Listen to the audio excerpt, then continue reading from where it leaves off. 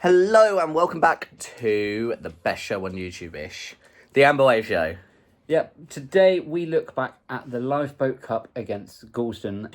We also have highlights of myself and Stephen's charity football match we played in for the East Anglian Air Ambulance.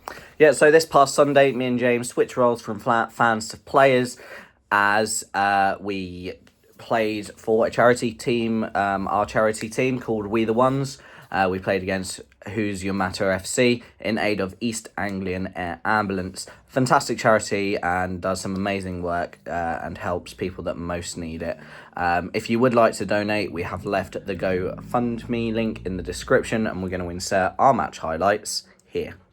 One-on-one, chance for the first goal. How I Make It Matter. Yeah, 1-0. Corner in. Shoot. It's in! Hold it! Oh, referee! Oh no! Oh no! Stephen Doggett's giving away a penalty. Oh, dearie me. He took the ball, Oh, fair. But there is that to it. Oh, yeah, shit! Straight down the middle, and just after the middle one's equalised. How I Met You Matter are back in front. Stephen Doggett giving away a penalty and then couldn't save it. 2-1. No. Oh no! Oh no! Oh no! Run. Oh! Wow.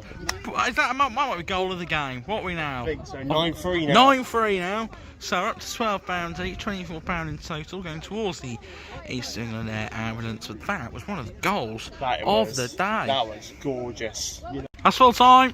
DJ was saying some stuff there, but I wasn't actually recording, so he looked like a right idiot. But it's full time here, and it finishes what? We're the Ones 3, How I Met You Matter 9. A fantastic game, and regardless of the result, the real winner was the charity. Yeah, and again, if anyone does want to donate, we have left the link in the description for the East Anglian Air Ambulance. Now, on to this past Saturday as the Bloaters took on Gorleston in the Lifeboat Charity Cup. Yeah, both teams started well, a decent attendance. 90% was Yarmouth fans. Both teams had chances to score. And something a little different to a normal 90-minute game is we played it in 3 30-minute intervals. Yeah, nothing really of note happened in that first third, but but that was all going to change in the second third. Great Yarmouth got a free kick in a dangerous area, and who else would it have been other than Louis Duffield, who stepped up and scored. Duffy special from the free kick. It's a Duffy special! Wow! Unbelievable scenes! Goals to the stands! Yeah, so the magician of the North Sea, Duffield, scored to make it 1-0. It didn't last long, though. Unfortunately, 10 minutes later, Gorleston did get themselves a free kick in a dangerous position.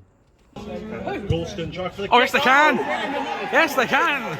And yeah, they made it 1-1. The 7 Gorleston fans sort of cheered, ish. But other than that, both teams had few chances. The second, third finished with the teams level. Yeah, the third quarter became a little scrappy with Yarmouth receiving plenty of free kicks, but unfortunately we couldn't do much with them. Yeah, well, one of the fouls for a free kick, which I found quite interesting. You'd never see it in an actual proper football match. A horrible late sliding tackle from the Gorleston player. Didn't receive a card, but the referee ordered him to be substituted immediately. Yeah. Rather than giving him a card. Doesn't really make sense. It doesn't make sense. Although, about the same time, there was a yellow card, but it was for dissent. Yeah. So it was a yellow card for dissent. And it was sin bin as well, wasn't it? Yeah, sin bin, yeah. It was a 10-minute sin bin, yellow card for dissent, but a substitution for a pretty bad tackle. If anything, it gains them an advantage because if it had been a yellow card, they're then bringing on a player that isn't then booked, so he has more of a lifeline. Yeah, to commit fouls. And let's be honest, it was late. Yeah. It was a slide tackle. The ball was well gone. It went through sort of the back third of him. Probably lucky to stay on the pitch. But yeah, we found that really, really odd. Yeah, and at the same time, a Gorleston player did find his way into the book for dissent, which Stephen had mentioned. So yeah. Yeah. And the score after the 90 minutes was 1-1, and that meant we went to penalties. Steps up, little stutter, saves. Gorleston are one away. Gorleston score this penalty, they win the Lifeboat Cup. So Gorleston score, they win the Lifeboat Cup, taking it back out of Yarmouth's hands. It's in! They do get the win. The Lifeboat Cup is Gorleston's once more. In 2024, it is decided by a penalty shootout. Gorleston win the Lifeboat Cup. It finished 1-1 in the match, and Gorleston win. Yeah, and unfortunately, the Lifeboat Cup this season did go to Gorleston. Yeah, overall, the game wasn't the greatest, but the quality of Yarmouth was, like, you were able to see it, and they were able to show their qualities over the pitch, but yeah, unfortunately, it just wasn't meant to be. Yeah, I mean, Gorleston had a game plan. It wasn't the strongest referee. No. They came with that game plan. I mean, what it must have been, they must have done 20, 30 fouls at least, to probably half a dozen. Yeah. But now it is time for an interview, and we have been interviewing the newest member of the Amber Wave, Nathan, who watched his first game for the Bloaters. Now we look on to our next game, which is the first game of the season, and it's against Long Melford.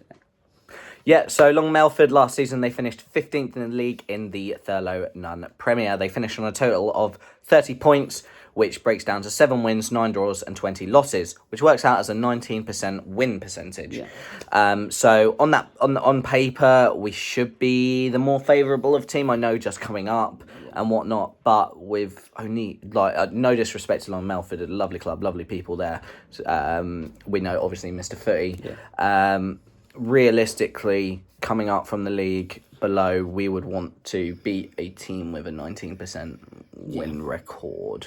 Yeah, so Stephen is right on that, but we have said, and we will continue to say, that any team can beat anyone on any given day. Matches aren't played on paper, and that's what makes football the beautiful game.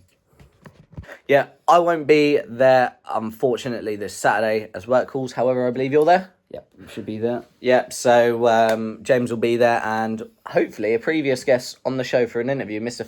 Footy, if you're watching. I hope you're there. Obviously, you'll see James. May the best team win. But last game, we were way off on our predictions. Yeah. So, now we're playing for points. Yeah, this is going to be interesting. This is where it all starts. This is where it all starts. Where it matters. This is where it matters. So, 3 points will be given for a correct scoreline, i.e. if I say we win 10-0 and we win 10-0, I get 3 points. If we get the correct result, so a win, a draw, or a loss, so if I say we win 5-1 and we actually win 3-0, it's still a point because I got the correct match result, win, draw, loss. In that regard, I think it's going to be a 2-1 win for the Bloaters. Decent prediction. I'm going to go... I think it'll be a good test. Opening game of the season. I think it'll be a challenge for us because obviously we've just come up from the league. So we're not 100% sure of what to expect because anything can happen, obviously, as we've said. But I'm obviously going to back the Bloaters and I'm going to go with a 1-0. Nil. I've just had a thought. What if we both say the same scoreline, or should we do it? Both get the points then, didn't we? Yeah. Yeah. Yeah. We'll so both get the points. Okay. I was gonna say because I just copy you every week. And if I go 3-0 up, if I go like clear and like points at you, I'll just copy your result every week. Yeah. No, we'll do it alternatively. So I'll say it first one week, you say it first another week. Yeah. So that's fair. But regardless, it should be an entertaining game.